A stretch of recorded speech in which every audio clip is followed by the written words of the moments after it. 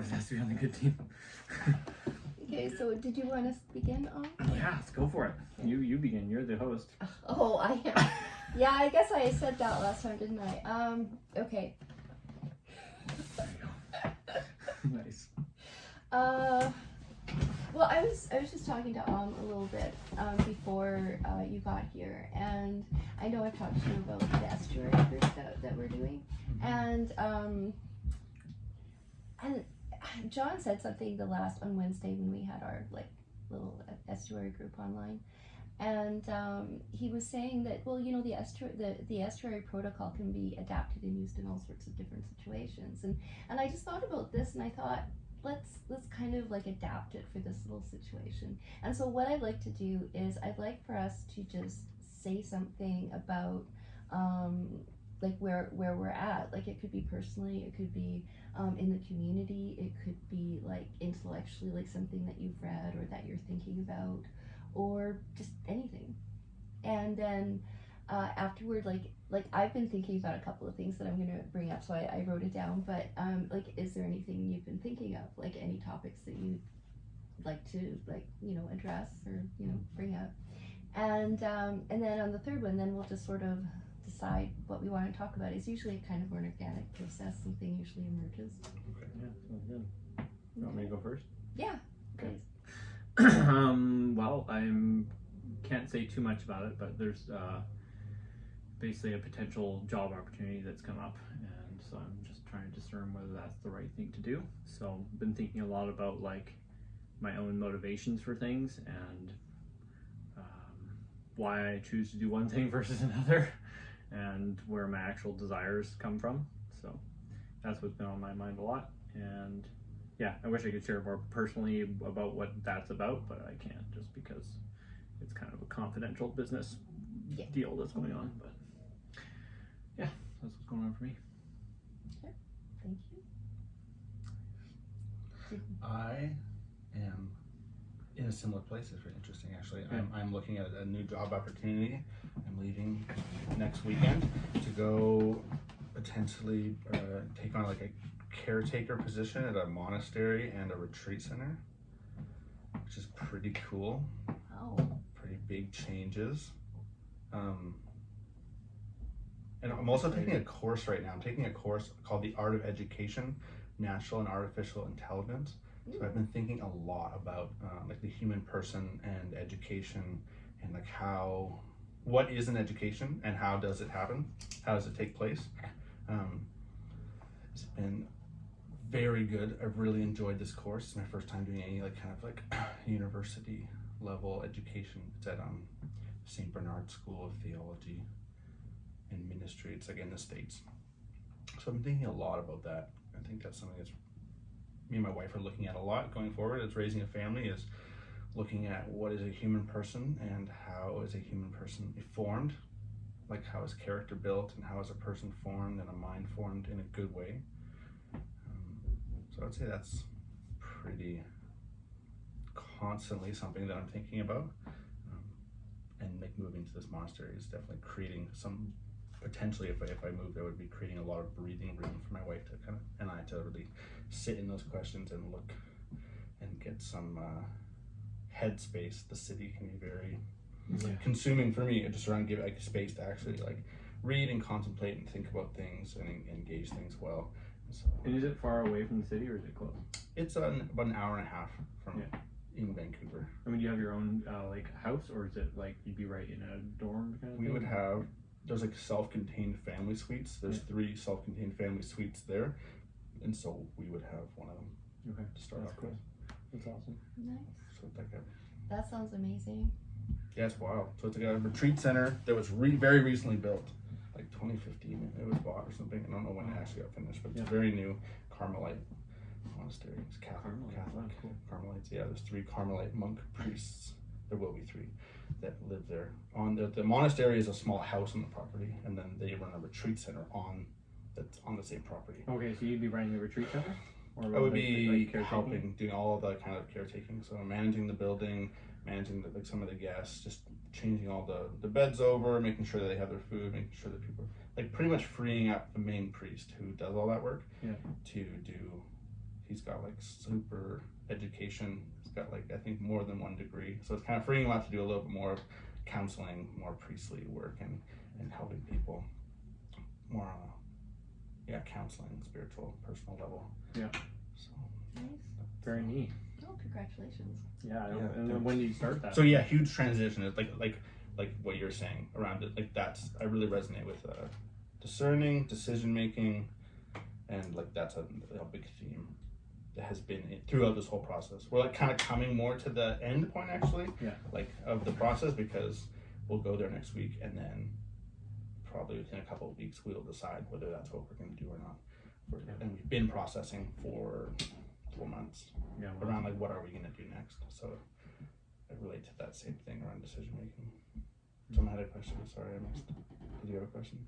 Oh, for you, no, I just said congratulations. It sounds amazing. I mean, Thanks. yeah. Yeah, because you were talking about like wanting to move long before that too. Yeah. So that's cool. Yeah. It's been in the works. Yeah. In the wings for a while. Yeah. I don't know. I've wanted to not be in Vancouver for a bit, but especially at the beginning of this year, it really kind of started a real process of like there's like wanting to do something, and then I think discernment is like entering into a much closer pursuit, or like looking at something, looking at your desires, looking at your choices much more carefully. Totally. Yeah, cool. What about you, Karen? Well, I guess for me it's a little bit different. There's something that actually you asked it, like you were like I wanted to get you in as an interviewee / victim, and you asked me like, well, what is it all about, like what's the, and I said to you what I've said to other people, but I really thought about it after I sent that reply to you, that you know, I all my life I've wanted to see the world through other people's eyes. Mm-hmm. And I feel like ever since I was confirmed, that's becoming more true than it ever had before. And I found out that a side effect of that is that I get to see myself sometimes through other people's eyes. Which it kind of shakes me up, like that. Yeah. Is that in a good way or a bad way? Well, I think it's a good way because it helps me grow, and it's challenging, and it shatters a few conceptions, or it challenges a few conceptions of myself that I have. But it's good, but it's off-putting. Like my anxiety is higher than it has been for a while. Oh, interesting. Yeah. So I don't know. I decided to hear that. Yeah, cool. I can relate to that. Yeah. It's very intense. Sometimes when seeing how other people, like for me, like seeing how much I matter to other people can be very correcting to some of my false impressions of myself. And that can be very disturbing. Yeah. Like sometimes I'd really rather not matter so much to other people. Like, and that can be very disturbing, being confronted with like, oh, there's a lot of responsibility around how much people care about me and how much value I have to them, and that can be very confronting. Yeah. Very difficult. Yeah. Well, you matter quite a bit, Josiah. Yes, you do. Almost as much as me. No, I'm just kidding. That's actually something I've been looking at a lot lately, around like when, like relating to the term fear. Like someone said recently, you know, if you don't relate to the word fear, just think about what do you avoid in your life? And I was like, oh yeah, I kind of like have a propensity to avoid how much I matter to other people. I kind of want to be like, can I just not matter as much? Can you like not care as much if I don't come to X, Y, Z thing, or don't participate in a thing? And people are like, we want you there. And I'm like, can you just like not care? But it's hard. That's difficult. That's great. Because obviously we all have that deep yearning and desire to matter, but sometimes being confronted with the thing you actually want. Yeah. Can be like, there's nothing worse than getting what you want. Yeah, and you're like, oh, but it comes to all this like responsibility and intimacy, and that can be often difficult for people. Yeah, I'd be curious what the thoughts are behind that, like that makes it painful. What is the pain? a good question. Yeah. What makes like being significant to other people painful? Mm-hmm. Yeah, I think it probably makes requirements on me. It puts requirements on me, and I don't necessarily want that. Interesting. Like I think the requirements of being significant. Does that still work? Okay, good. Oh no, it's just- still it just recording. turns off. Yeah. Yeah, good. Yeah, like mattering to other people puts requirements on me. I don't just get to do whatever I want whenever I want, and that can be painful because for me, like I experience an inner conflict between the desire to be completely autonomous and free and the desire to belong or be significant to other people, and you can't. Often in certain moments you can't have both. Mm-hmm. And then so that can be painful, having to give up one desire for another desire, even though you are going to end up ultimately with this good thing. The release or the letting go, like a loss usually I think is something like there's a sense of loss that has to be undergone. Mm-hmm. It's so interesting because I don't have that. I used to have that experience where like I'm kind of give and taking of like doing something for someone else and then they're doing something for me, and you're like always this back and forth, and then I kind of just stopped doing that, or I like only do it if I genuinely really also wanted it to do it. Like I would actually enjoy helping the other person for the sake of enjoying helping the other person. And for quite a while, I was probably not very helpful. But then that kind of came back in a more genuine way, where I'm like actually wanting to do those things from a more personal place. So yeah, that's interesting. Like that's shifted quite a bit for me, where I don't have that experience of like responsibility when I matter. But maybe I'm also just very selfish. Yeah, I don't know. That's an interesting question. You don't ever experience a tension between two good things? Tension between two good things, totally. Mm. Yeah. But not like, I don't know, maybe you're just illustrating it in a different way, but it's like, I used to feel a lot of the time that like I had to do things just because like to be like a good friend, I just like had to, go to their birthday party or whatever it was. Right. Like a sense of compulsion. Yeah, and then like I just don't do that anymore, and it's just so much better. Yeah. That's good. Yeah. Yeah, that is very good. I wouldn't like when I would relate those words to myself, I would separate my sense of responsibility from my sense of compulsion. Oh, okay. Yeah. Yeah, like I might like sense of responsibility would embolden me to do something better, even though it's not necessarily like the thing I like really Sure. Yeah. No. I get immediately like often what I really want to do is just have a beer and veg out. It's like that's like a regular like top plate desire that I like might experience in a moment, but I don't like follow that all the time. There's a lot of responsibilities that like embolden me to be like, this other thing is way better than that right now, and like wanting to pursue that other thing, but I still can experience that kind of difficulty of letting go of the like the lower desire. Yeah, no, I know what you mean. Yeah. Yeah, that. But it's not like I really like. Oh, I really just want to do this lower thing, but I have to do this. Yeah. I have to look after my son. Like sometimes it is like that, but often it sounds like this clarity around like, oh, this is what I really want. But it is in conflict with other drives or desires. Yeah, no, I still have that all the time for sure. Yeah. So I released that like my son. I had that sense of compulsion. Like for me, that's like feeling like being enslaved. Like I have to do this thing that I don't want to do, but I have to, or else I'm a loser or I'm a bad person. Yeah, life is just so much better since I don't do that anymore. Yeah, like when people invite me to some, like, a friend was having their wedding recently, and they're like, do you want to come to our wedding? And they're not like a super close friend, but I was like, no, I don't really want to go to the reception. I'll go to the actual like church part of the wedding and do that because I want to support you. But I don't really have any interest in the rest of it. And they were just like, okay. And I thought it was going to be a big deal, but it's like, they're probably just like, thank goodness, less people coming to the wedding, right? Yeah, I don't know. For myself, like I worry that people will do something because I asked them to, and they don't really want to. And if that's like that's my worry, that kind of feeds my anxiety. And so if I'm completely sure that the person said yes because they want to, and then if they say no, it's like, oh no, they didn't want to, and that's fine. Like, and so if I can have that clarity with them, then perfect. I love that. Mm-hmm. Yeah, and I think that's what people really ultimately want, but we get confused in society, and then we get all these ideas about what you're supposed to do and not supposed to. Yeah. And then everybody's running around doing the things they don't actually want to do. Yeah. Nobody wins. It can be very difficult to see. Yeah. I think that was a really great first round. So what is there anything that you guys were thinking about, like, that you want to talk about, like ideas? Like I have some. I'm just Okay, well, tell us. Yeah, I don't have any. I'm here. I'm in All right. I'm an empty canvas and an open book. So I have a longer one I'm gonna save for later if we get there. Okay. But there's two things that I wouldn't mind talking about.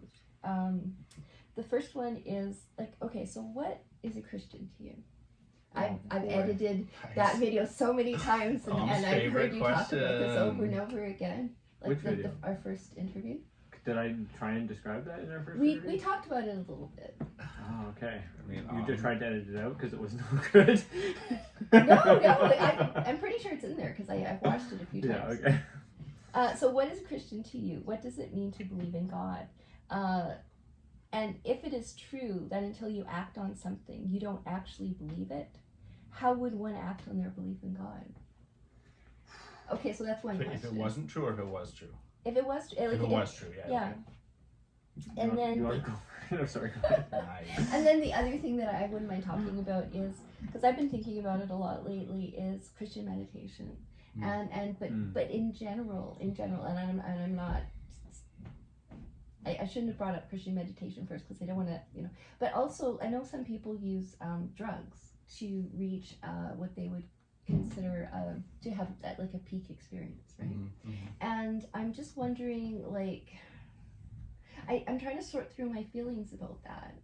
Like, is there a qualitative difference, like drugs and then, but if they're not really all that different, like using a drug to achieve like a peak experience and using a spiritual exercise to achieve a peak experience, then it's the same to a certain extent. It's like I'm summoning it on my own rather than perhaps God giving it to me when I'm ready. And I'm just really trying to sort through all of that. So I thought, yeah. So Yeah, cool. those are my two. Nice. Okay, good. Really good questions. You want to go first? I've done a lot of drugs. So, Really? Yeah, I've done quite a lot compared to your average person. I've done a lot of drugs. Nice. Which one are we tackling first? Well, do you want to do the drug? I'm really curious about this. I've been wanting It's a to very talk about difficult it for a question, while. but we can try and crack into it. Okay. For sure. I actually recently had a conversation about this with some friends because we were kind of going through. They had done some drugs and had some spirit. I like maybe we'll call it like spiritual experiences. We have friends who call it hyper spiritual phenomenology, but that's too big. Let's tone it down. So like a spiritual experience is even difficult to describe. What is that? What is a spiritual experience? Good question. Like maybe start with just trying to kick that around for a second. I guess for me,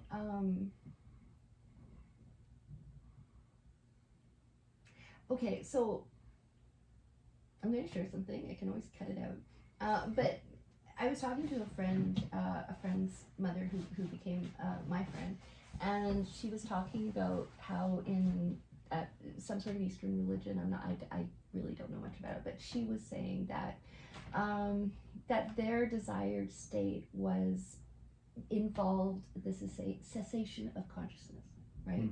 Involved the dissolution of consciousness. That's what she said, right? The cessation of consciousness? The dissolution of consciousness. Mm-hmm. What does that mean, dissolution of consciousness? Well, it means, ultimately none. Like You're like just gone. like there's no I. Okay, well that's different than no experience. Sorry, I probably Okay. misdescribed it. Not necessarily. Okay. Not necessarily different. Yeah, no, But- not necessarily, but I'm just saying. Yeah. Might So be I mean, basically, it was the lack of an I. Okay, The lack sure, of yeah. and that perspective that and I just I couldn't wrap my mind around. I was like 18, 19, right? And but I thought about it a lot, and I sort of, in my own way, I suppose, meditated on it. And I remember I fell asleep one day in the afternoon, and I had this dream, and it was like I was sinking down to the bottom of the ocean, and as I sunk, I was just becoming, I can't describe it because it's indescribable, but at the bottom of the ocean, I was everything and nothing. Like I had that, and I woke up and I was like, and I just slowly surfaced back to the surface again, and it was like, whoa. And it was one of the most profound things that ever has happened to me. I can't describe it in a way. But Cool. and then other times, like, I've had experiences like that where you feel like for a second the veil is pulled aside and you get to see how things are, at least a little bit, you know, from your own limited perspective, what you can take in. And so for me, that's how I think of a spiritual experience. Yeah. I don't know, what about you guys? Yeah, well, what do I think of a spiritual experience? I would say, yeah, what you described, I would include as a spiritual experience.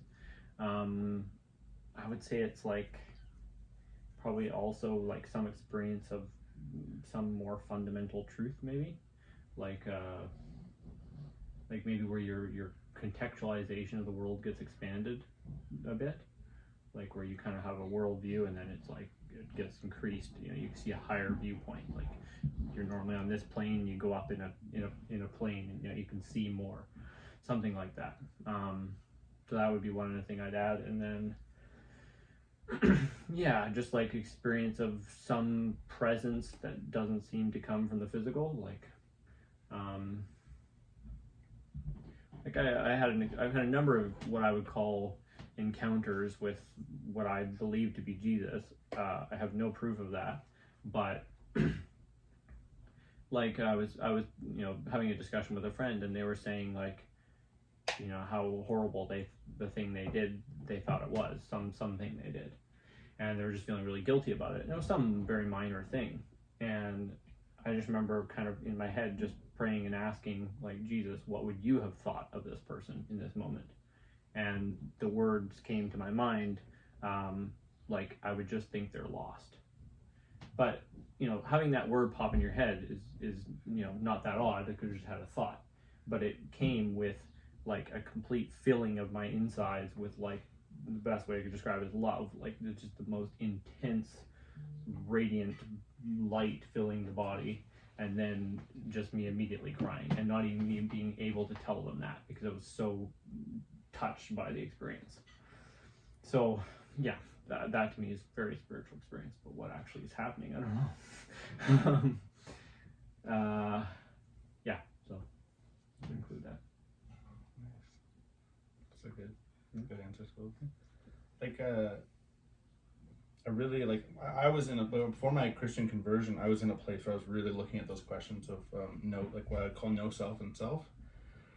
And in the Eastern religions, for the most part, they kind of break into two categories, not only, but like the majority of them in Hinduism and Buddhism, they break into two categories in which there is no self. That's the fundamental truth. There is no self. The experience of I is a projection from our something, whether it's from our animal nature or it's samsara and maya and illusion, or like there's all kinds of ways of talking about it. But it's like when you get to the bedrock of it, there's no one there, and that is kind of like the goal. Silence or stillness is the goal, the ultimate goal. And then there's another camp, which would be something like Vedanta and aspects of Hinduism, that say something very similar, but it's different. They say there's one self. There's fundamentally one, at the bedrock of reality, there is one self of which every I participates in on some way. Like ours, you know, they have different ways they talk about how our souls are like a seated aspect of this greater I. The kind of metaphor that gets used is like there's the sun, and then each person is a sunbeam going into the universe, and eventually that sunbeam will travel all the way to the universe and come back to the sun, and it is this continuous beam of light. It's away from the center, but it is distinct, but it's the same thing. The sun and the light, and an extension is kind of like, that's how you think about things like reincarnation, where it's all happening at the same time simultaneously, and it's only one person experiencing everything that ever has been experienced. And that was like, I was really convinced that there was like that something between those two was true, like that there wasn't really a self, and my experience of having a will was an illusion, and I was trying to enter into that awareness. And the conversation that really sparked my conversion was that the Christian theology, or the Christian myth, is fundamentally different from that.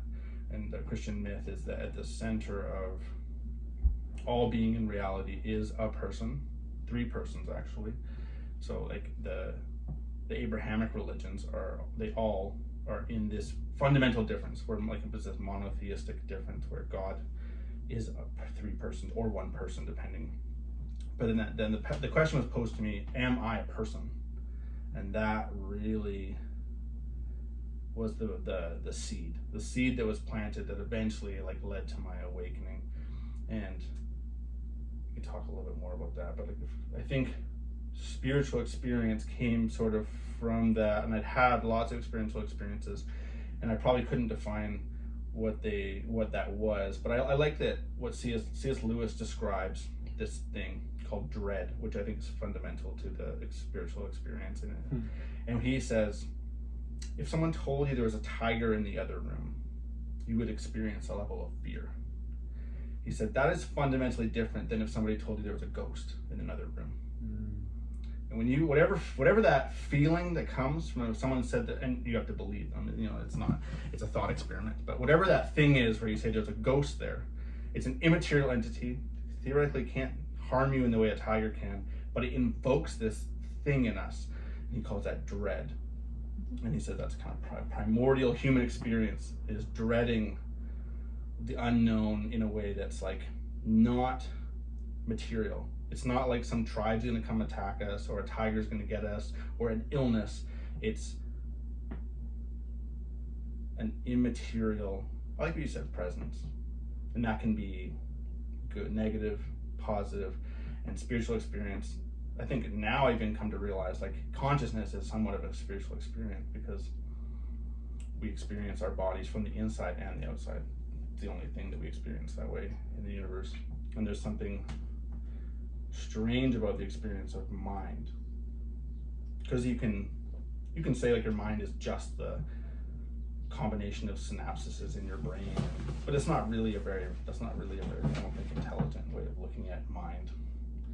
It doesn't make a lot of sense. You can just like say it makes sense because you've already decided on rational materialism, but in itself it doesn't make sense that we have this non-physical experience of ourselves as persons, and that kind of points to this reality of which there is this reality that is unseen. I can't see your person.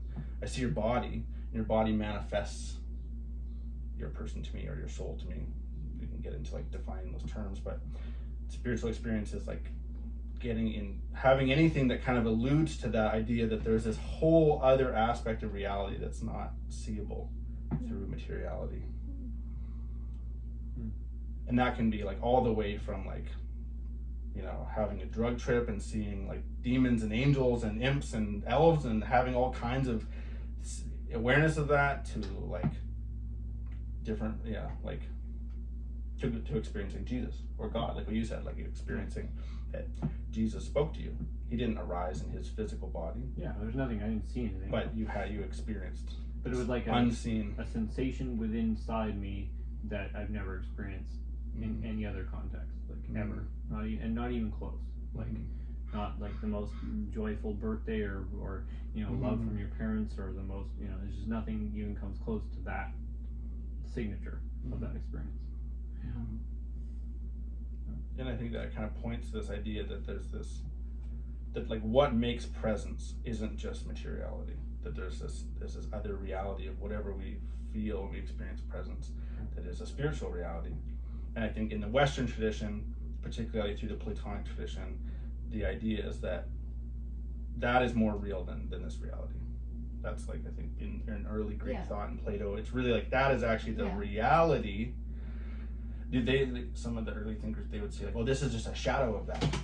Like this world is, and Well, totally, and I mean that's been my experience. Is like I've had experiences like this, and then my intellect is like, well, it's just my emotions. It's like how am I to trust that experience? But when I'm in that experience or shortly after, it's like there's just a knowingness that this is way more real than any of the other things that you've experienced, and it's like an inherent knowingness that comes from somewhere else other than the logical figuring it out. Well, okay. I want to say two things. I want to, because this is, with me, it's sort of related to God, right? And so we've talked about spiritual experiences, and I would like to know specifically, like, how that relates to God, how a spiritual experience relates to God, like bring him in a little bit more. And you mentioned a little bit about your path to faith, and I'd really like to learn more about that. Yeah, absolutely. I think that taps really good on your second question. Okay. What is a Christian? Because so I'll give a definition first, and then I'll try and maybe share a little bit about my own experience of it. Okay. I think I've come to believe or know, I don't know how I know it, that what a Christian is someone who has encountered, it's a very important word for me, has encountered God through the person of Jesus Christ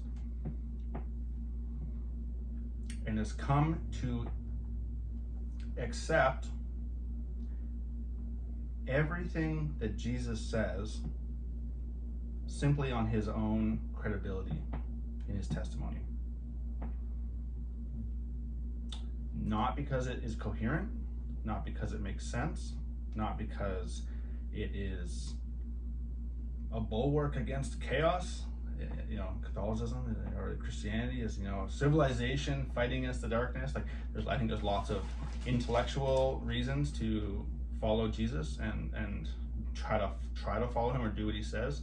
I don't think that's what makes you a Christian. I do think that would be you'd be a cultural, maybe person who studies Jesus and maybe tries to apply it to your life.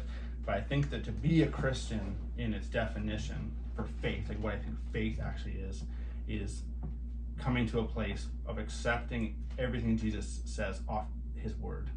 So would you say, I'm just trying to clarify, would you say it's primarily then a matter of belief?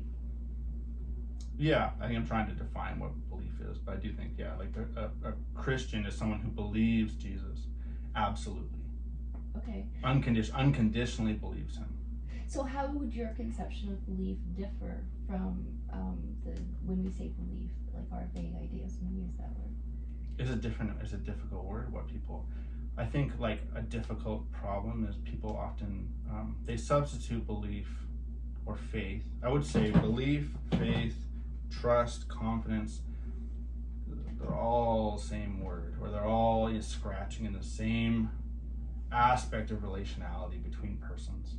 Okay, I guess when I say I believe, okay, you could say, I believe my coffee thermos is sitting on I believe my thermos is sitting on the table, right? So that is my assenting that a certain state of reality obtains, right? So that's sort of how I use the word belief. Is that sort of how you're using it?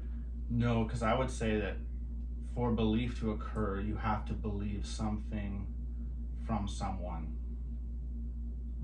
So this I would probably call you have a direct knowledge of it or an experience. As far as we can understand what knowledge or experience is you don't have to believe that coffee cup's there. You can pick it up, you can test it, you can apply your mind to it, you can apply your senses to it, you can do science in the crudest sense to empirically understand the probability that what you know is what you know. It's not perfect, but I would say it's a different order of knowing or experience than what faith is. Okay, so there has to be an element of uncertainty.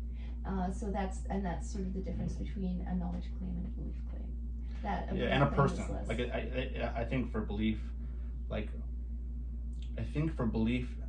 to happen, belief is a secondary thing that happens that has to be based off a primary knowing or seeing.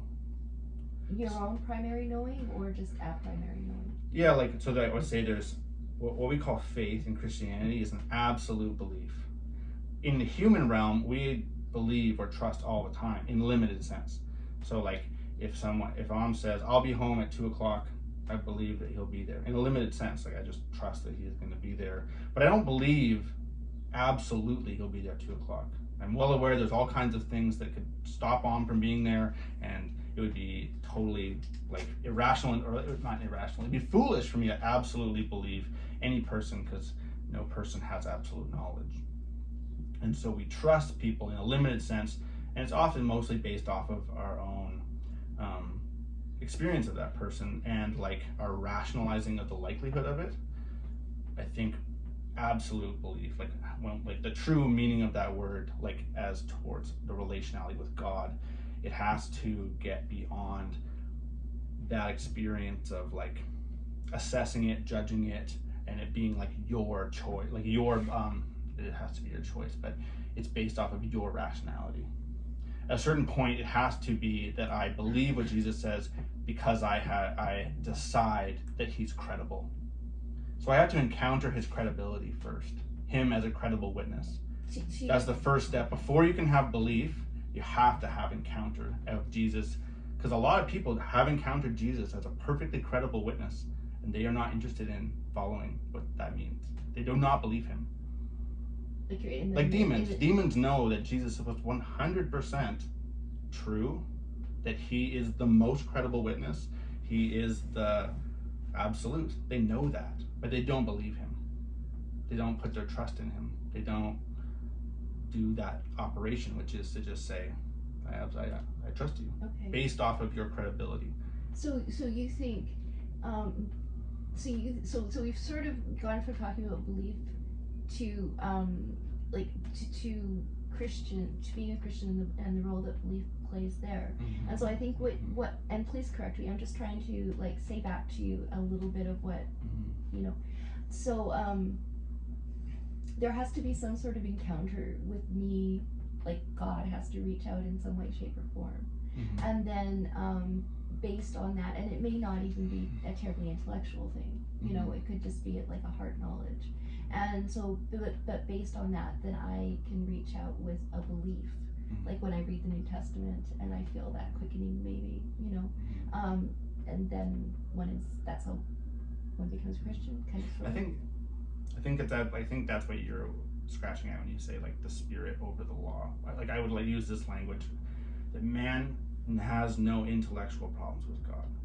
He has moral problems. Always, man has a moral problem with God, which is a choice. Man has an unwillingness to believe or yield. And so like that encounter has to be, and you could say that every person does encounter God at birth, before their birth, because God is all around us and all good things. In the Old Testament, I mean, before you're born. In your mother's womb. Like before we were even created, he was like, when our parents were coming together, even in their first stages of intimacy, God was contemplating our existence through their love and mutual submission to one another, hopefully. I was thinking about this. Me and you talked a bit about this kind of concept the other day, right?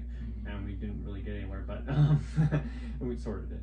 But I think I was holding more your view that like if I have faith that gravity's going to work when I put this thing down, that's me having faith in that, and there's no difference in me ultimately trusting another person, because I'm like using based on my past knowledge of that person, I'm trusting that that person has the knowledge or the skill or whatever, and then I'm trusting that they're going to act in a certain way. I think I probably still believe that there is no technical difference, but at the same time, I do think there's something to what you're saying about faith, in the sense that you're having to kind of take this leap beyond what you can logically conclude. Like you have to, you're having to fill in the gaps from someone else, like, or somewhere else. And what am I trying to say? Basically, I guess the question is like, so if you're correct, that's what it is. The problem has always been for me, like, how do I know which one is God? Like, because you can go to many different religions and they'll all claim that, oh, we've got the way, right? And so I've always been like, okay, that algorithm of like me having an experience of some teaching or some person claiming to be something, and then concluding whether they're trustworthy or not based on my own choice doesn't work. Either that, or people don't want to trust. Just as you say, it's just a moral issue. It's possible. I think it's probably a bit of both, because like I really think it's interesting to look at like what are the two main teachings that Jesus teaches, which is like love God with your whole heart and love your neighbor as yourself, right? So I've always thought this, like, it's kind of the reverse. Faith comes from the intention. Like, if you actually are in alignment with those two commandments, then you will find the right person to trust. Like, trust will arise out of the right, as you say, the moral issue. It's like when the person's morally correct, the right path and the right person to trust will arise.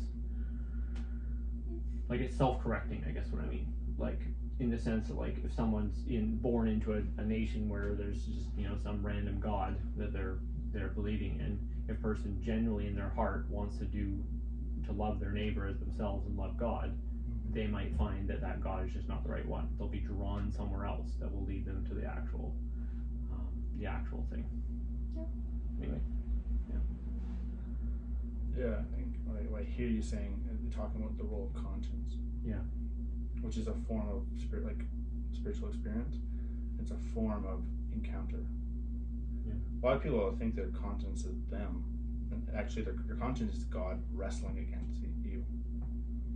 That's I think a lot of people really mistake that in their experience. Like people who are in sin or stuck in sin, experience themselves as, I really want this thing that's evil, but I also don't want it. And I think that actually what is borne out more honestly in the experience is that you do want things that are evil, and God restrains you.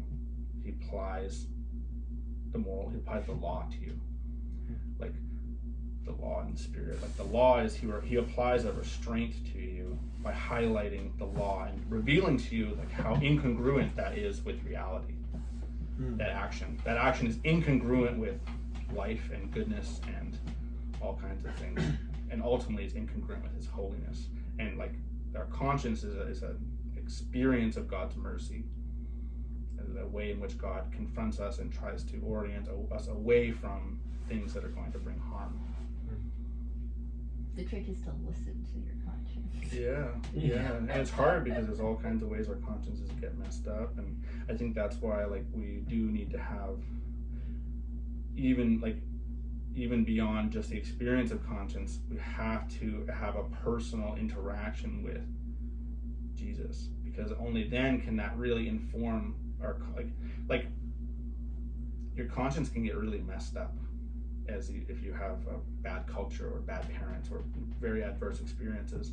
And I think part of like what the scripture and tradition of Christianity is Jesus throughout time giving this kind of wealth of correction for people to orient their conscience around. But you have to encounter, if you just do it based off of your own like reasoning, you're not trusting Jesus. You're just using the truth for your own benefit. And this is a real problem when people come to Christianity because it makes sense, or it's coherent, or they experience sin as chaotic and ugly, and they don't want to be in that ugly world anymore. And so they find I call that a cultural Christian. A cultural Christian is somebody who comes to Christianity as a cultural expression of human order, and they are like, I want to use that to escape the suffering that I've experienced in sin. I want to follow the law so that I don't go to hell. It's like it's the first step of the fear of the Lord. Problem is when it becomes the last step. It should be the first step. It's a certain like, whoa, like evil sucks. I don't want like there's this kind of like I've experienced that you kind of follow and you love evil and you revel in it. I've experienced that in my own lostness in my life. And a certain like waking up to like that sucks. Like when actually, like when the fun runs out and, you know, the hurt comes and the damage that comes from sin starts to come back, you're like, what? There often are these moments where, you know, people call it like God shots or awakening, or God like rings your bell. You know, you have a moment where you're like, whoa, like I am way off here. Like I am causing some level of pain or hurt or chaos or destruction. And I think it can be a first step of like trying to reorient, being like, where I'm going, where I'm taking my life isn't good. Yeah. And there can be this trick where you go, well, look at Catholics or look at Buddhists or look at Hindus, and like, wow, look at those guys. They seem pretty upright, pretty like responsible. They have like a happy life. They have a family. They have all these things that I desire. They have community. They have love. They have all these human things I desire. I should go try that out. And I think that this can be a good step. But the problem is when religion, it ends there. Mm-hmm. It's just like, I'm going to conform, because I think the problem in that is you'll eventually get to this place that like human culture is not enough. Mm-hmm. Like the efforts, the entirety of scripture and tradition, like on its own, is not enough to save the world, and it's not enough to save any one of us. Like there actually has to be an animus, or like a soul or a person that actually like that is underneath all of it, that is alive. Mm-hmm. And that's kind of that encounter. It's encounter. It's very hard to just like, what is an encounter with Jesus? And like the way I described my encounter with Jesus was, I didn't know it was Jesus. I was at a pagan baby blessing ritual. I was in a totally pagan environment, and this guy was preaching. And what I would say now is like the Holy Spirit came upon me, but like I would never have had those words at that time. Like what I experienced was like, come a little closer. Yeah. Like one thing I say, I experienced a holiness so holy that I thought I was gonna die. Mm-hmm. And that's kind of Christianese, because like, well, that creates a visceral sense of what happened. But like, what is holiness? That's a very bizarre question. What is holiness? And I think the simpler, non-churched way of describing that is like, I experienced this presence of a person, and in the moment of experiencing that person, I became completely and totally aware that I was a person as well. In that moment, like as he drew near to me, I became aware of my selfness, and not just the I that we walk around with all the time. Like some people call that ego, and I'm okay to work with that language. Like there's this I kind of like riding around, but I experienced like something far more deeper than that. Yeah. And I call that the human person, because I would say that I like this idea. There are two aspects of human being. The person is the thing that doesn't change, and the condition is the thing that does change all the time. And these two things are always in tension, because we're both spiritual and material beings. These aspects they're in this tension, and they should actually work together in harmony. And then when they come into a harmony, then you experience like a saint, or you experience like what a glorified, or what we actually are meant to be like, is this harmony between the our materialness and our spiritualness. And these things are actually meant to be in this like harmonious, but they're not. We're like, I think I'm ugly and I suck, and we live around like that's our I. Usually our ego is this like really warped, messed up, projected sense of ourselves that comes from all kinds of lies and distortions and things. But in my experience of myself as a human person, the thing that I experienced was a divine person. And when I think about holiness, I just experienced this blazing, burning fire, which is kind of how it's described in the Old Testament. And God obviously is working with my inner, because God, I think, does condescend to us, and he uses the imagery that speaks to us. And I just experienced this like goodness and purity. Probably I would say something like holiness is like this pure goodness that like, and then as it came close to me, I became aware I was not like that at all. I was not good or pure. Like my actions, my life, my thoughts, like it was not anything like him. It was nothing like him. And that's kind of that for me. That was just feeling like as he drew near, I felt like I'm gonna die. If you come any closer, I will just be like engulfed and annihilated, because how could I exist in your presence? And the personness of it was he spoke to me, because I think like a person, this is wild and crazy, but like a person does speak. That's part of like what a person is. They communicate. That's why God is a Trinity and not just like, that's why I don't believe in Islam. Like God is a Trinity of persons. He has communication in himself, in his nature, just and in his essence, just like we do. We have this communication that's a part of who we are. And he basically said to me, like, your life is not, you think that you are a good person and that you are on about goodness, and you're not. And he kind of showed me these things in my life. He's like, these things that you're doing are totally ruining the world. These things that you think you hate, you're making the world that way. But it was not this shaming voice, because like right immediately after, he's like, that's not what I want for you. That is not what I want for you. I have something else for you. And all this happened like that, like immediately. It was just this immediate, like, you know, it's amazing how, because the spiritual does not happen in time the same way. It's not like I had all these thoughts and rational. I had an encounter, and one moment in time, this massive amount of information exploded in all directions. It spoke to my whole life and my past. It exploded a whole new possibility of future orientation, and it totally disoriented my present. Because a simple phrase is, in that moment, like 1, 2, 3, I knew God was, and I knew that I was, and I knew that I didn't know God. That was I just knew that I didn't know him. I did not have intimacy with him or relationship with him, and we were not in a good way. And I knew that all those words were true and meaningful. They were real things, because I'd come very convinced, like, they're not real. None of those things are real.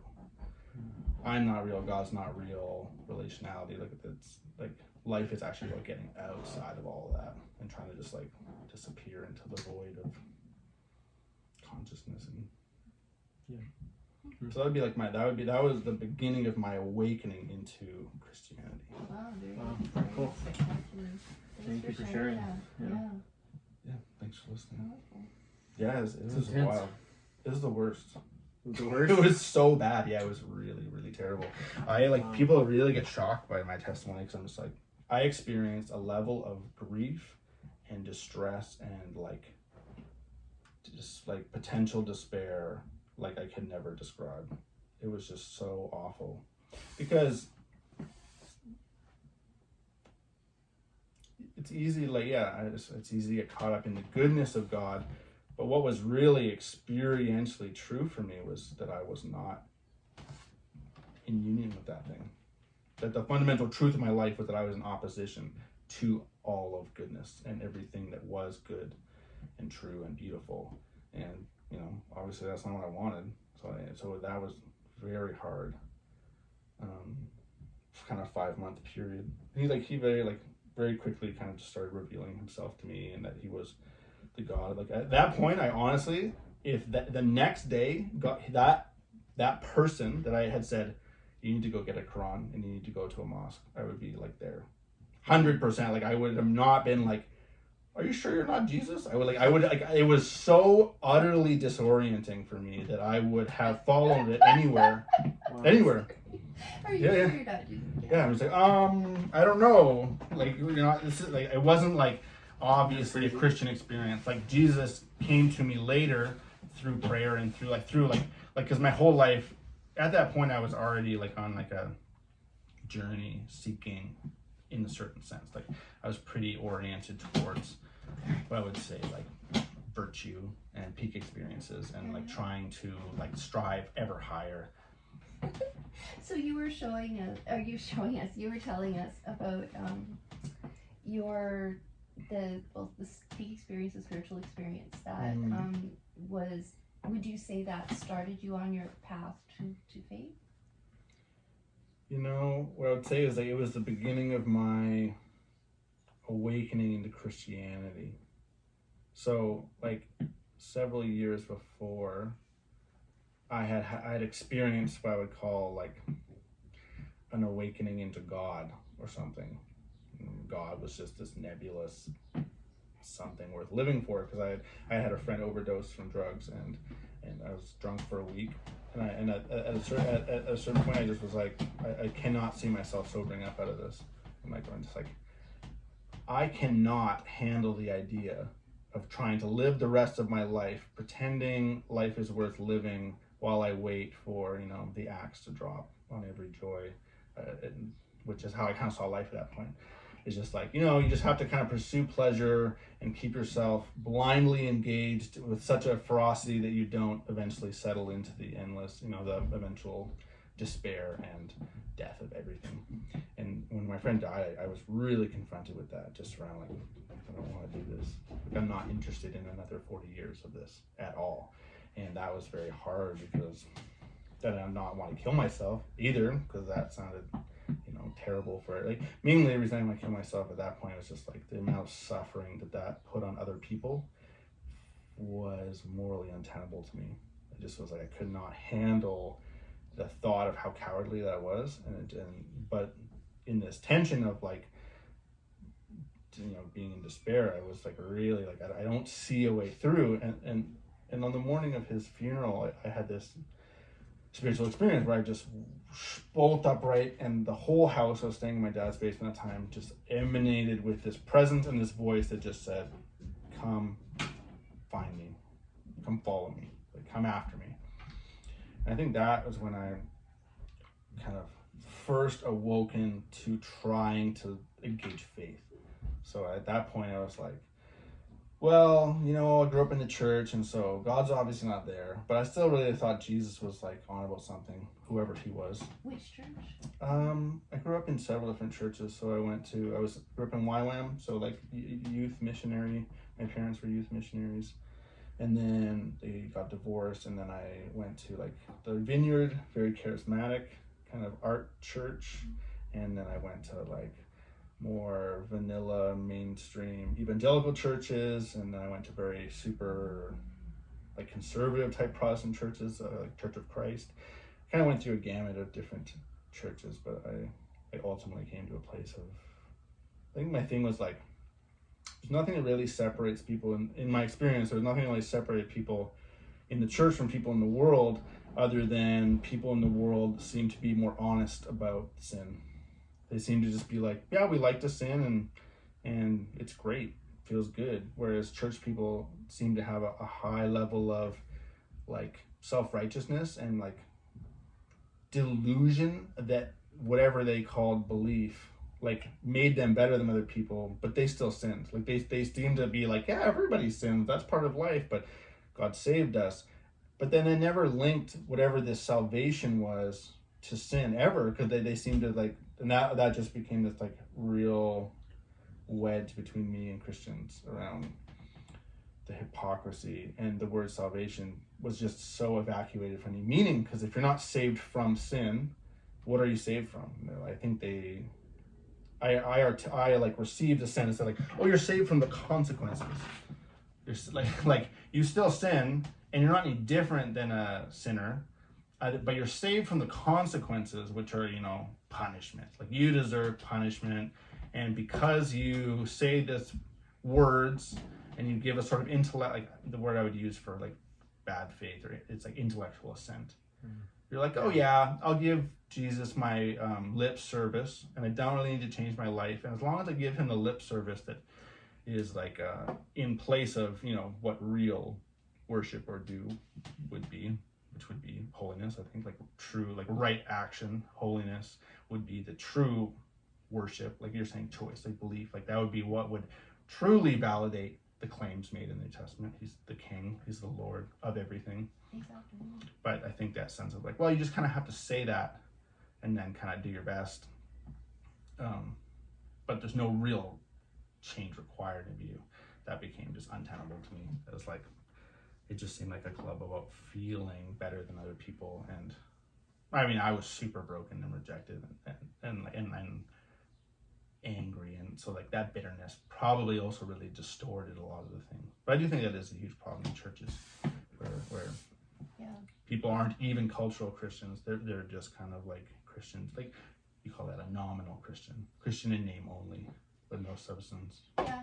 So when you and like I had a similar sort of experience when I was young. So, but okay, I'm really interested. So you had this experience where God basically spoke to you and said, "Come find me." Yep. Yeah. So what did you do then? Like, so I said, well, he's obviously not in the church, so I'll go everywhere else. So like I started doing yoga, and I started doing psychedelics, and I started looking into the religions of the rest of the world, mainly through a lens of New Age type. Like I did, and that very quickly became like, wow, I do not like New Age people. Like I very quickly was like, this is like super shallow and super lame. Like it's kind of like, I call it like McDonald's Buddhism, and like, you know, like, oh, we gotta like work on our mindfulness so we can be more productive at the office, and like it's kind of just like that. Really, I did not like that. Or people who are like using spirituality to like find a mate or find a girlfriend, or you know, I mean, which I was doing on some fundamental level also, like peacocking, like religious peacocking, and being like, I'm so deep and so spiritual. And I think in some sense I was really participating in that. But then I increasingly, I became like, so I did that over the next year, and then like I increasingly got this sense of like, yeah, but I want something like real, like more real than this. This is all just seems like messing around. Like this is all just goofing around a little bit, and I knew that wasn't like, that's not actually gonna, whatever that is, like whatever that aspect of New Age religiosity is, that it's just like goofing around and trying to just kind of, I don't know, like manipulate life for your own ends. And like I just knew like that's road ends nowhere good in itself. And so I started like really trying to look at more serious expressions of religion. So like I started going to Sikh temples, and like worshiping at Gurdwara, and I was in Port Alberni when I did that. And you know, Sikhs are awesome. I really like Sikhs a lot. Yeah, I like maybe my next favorite religion after Christianity. I think Sikhs really are quite close to Jesus actually in a lot of ways. And I started taking meditation more seriously. So I would go on to a Zen Buddhist monastery and do like 10 hours of meditation a day for like a week or something like that. I've done that a few times. And so I would say like I just was like throwing myself at that. And what that did was produce like a pretty remarkable level of virtue in my life. Like when God spoke to me, I was like addicted to drugs, addicted to alcohol, addicted to pornography, lost, anxious, depressed, lonely. I was just like messed up, super messed up, and on all accounts. And like what that did for me was gave me like the beginning of like an image or a form, and started creating virtue in me. Like I started having what I call like natural virtue. I started being able to be more disciplined and being able to like have more self-control.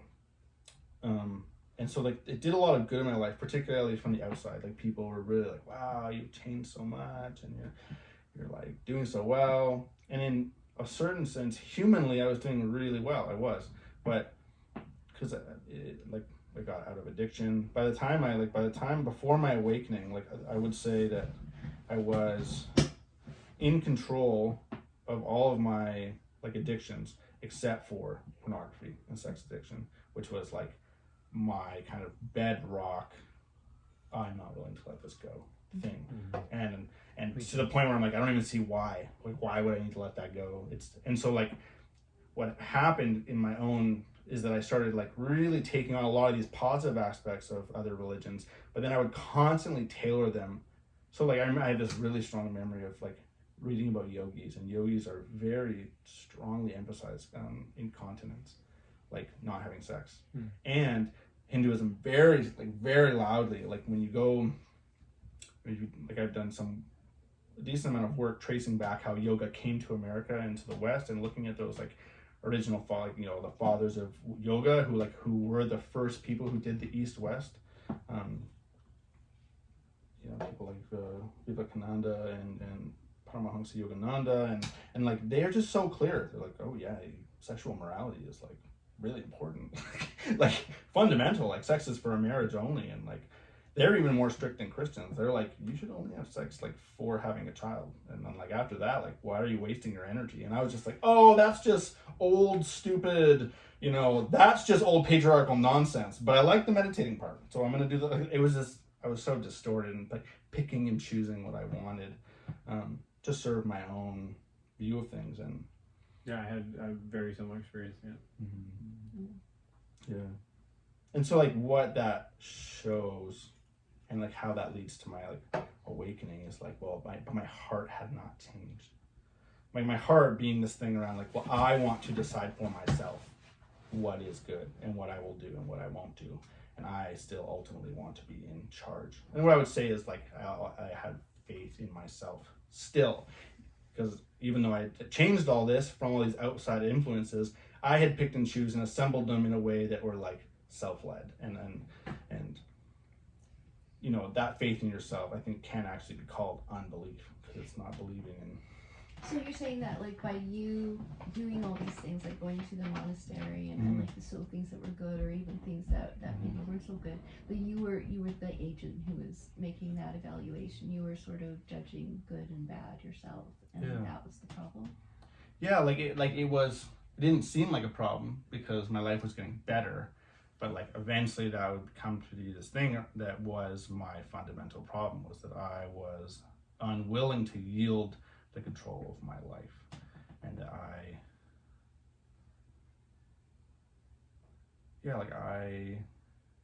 did not want to trust God.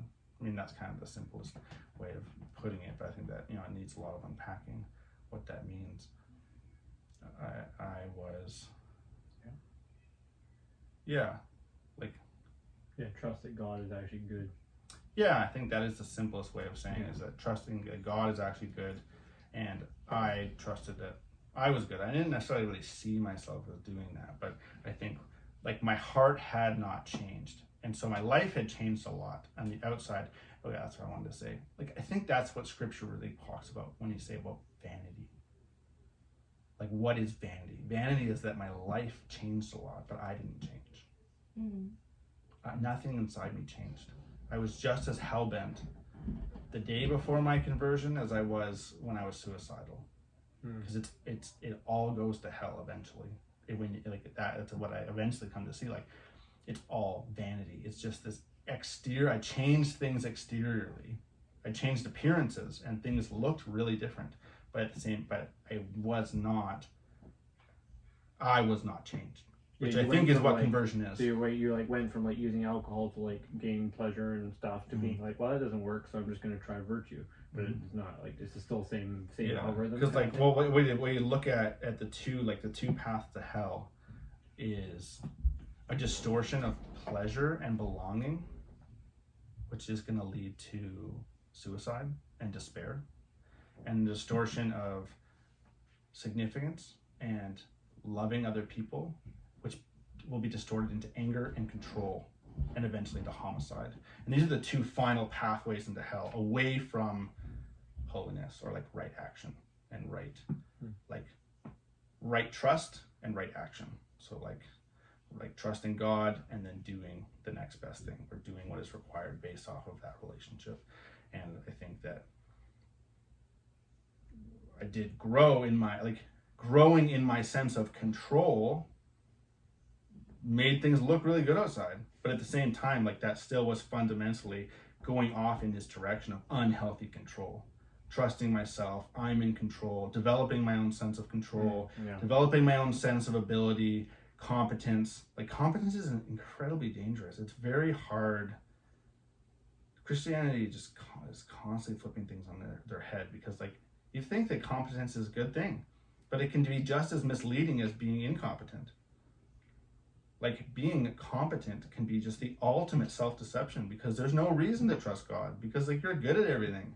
Like that's why Jesus says prostitutes are more likely to hear the gospel than tax collectors. Yeah, because like they actually experience themselves as being in a state of need. Prostitutes, the low, the poor, the weak, they are very familiar with being incompetent and needy and having that sense, which is fundamentally, you know, the Christian word for that would be humility or vulnerability, which is fundamental. Like blessed are the poor would be that. Like you're not going to get anywhere with God without that. And so being in this sense of like, I'm in control, I'm competent, like that is this like it's a killer to your relationship with God when that is your experience of yourself. And for me, like when I was practicing religion, in my pride, that was my experience. Like I'm becoming this person that's like, I can do it. I sat for 3 hours. Look at me. People have a hard time sitting for 1 hour. I sat for 3 hours once, okay? How's your meditation going, bro? Because like, I'm like, you know, and then like, you know, I sit for 10 hours a day. I'm like, and people being like, wow, oh my gosh. So, you know, and like, just like being this like, this false sense of like who I was that was based off of a type of virtue, but it wasn't necessarily like, it's natural virtue. It wasn't necessarily moral virtue. I wasn't necessarily building myself up to serve anyone or to love God or to be in a healthy relationality. I was building myself up to be like self-fulfilled. Yeah. To like name my desires and go after them. Like I was building myself up to do that. It really reminds me of the you know, I think it was Jesus said like, those who seek to save their life will lose it, and those who lose their life for my sake will save it. And it's like, it's very like, it makes it sound like you're screwed either way, because you're just like, well, what do I do then? And then I always come back to like, well, you actually have to learn how to love, and like you have to figure out what that actually is. Like, you know, it's a willingness to like die on some level. Take absolutely. Up your cross and follow me. Yeah, and that is absolutely where my conversion went. Like after that confrontation with God, I became aware that everything in myself had to go, but then you're left with nothing. Yeah, which is very frightening. And so like probably for a 5-month period, I was left with nothing. And I would say like, but then it's this little box at the bottom of my heart was like pornography and like sexual immorality, and being like, well, but like this is like how I don't go insane, so I'm gonna keep this. But like everything else went, and so I sat in that kind of state of, I described it, this is the best way I can describe it, it's like your mind has a foundation. Most of the time you're not aware of it. But when you go to touch something with your mind, it's there. And for like 3 months, I went like this, and I just went right through the table and on everything. Like my mind constantly fell through everything. It was just this free fall. Like I could not put meaning or substance into anything because I was just like. You mean literally like you went to tabletop? Like in my mind, like I just was like, is that there? I don't know. Oh, I see. Like we're giving up trying to figure things out. It's like sort of a metaphor, but like not exactly a metaphor because it really was happening. Like your framework for understanding the world was just broken. Gone, completely gone. Well, not even just broken, just gone. Like you just like there. It went from being like, you know, you're on something. It's the whole like belt of rock. Like the rain came, and the sand washed away. And there was like, the house was gone. And it was just like, I'm just in the river. I'm just like washing down this river with my house all around me in pieces. And just trying to like, whoa, like trying to grab an end to anything for a little while there. And just slowly God built like things. Like the first word of consolation was like, I am the God of the Hebrew Bible who came as Jesus Christ to save my people. You can trust the Bible. It is my story about me and my people. It was the first like, just like, okay.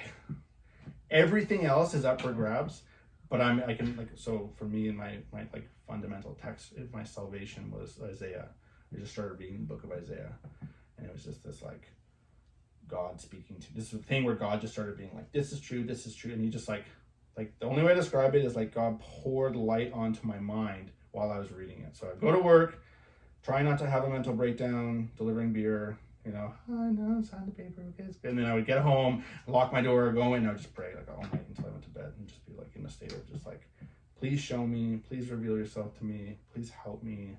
I want to be your follower. I became very convinced that the level, it's kind of a weird thing, I became convinced that the level of work I would need to do to pretend like this experience wasn't happening, I was unwilling to do that.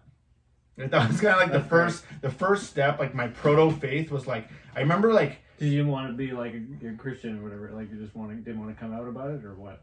No, it was just like, it was this experience of like looking back at the door and seeing all the illusions of the world that I used to live in and being like, oh, that door's open.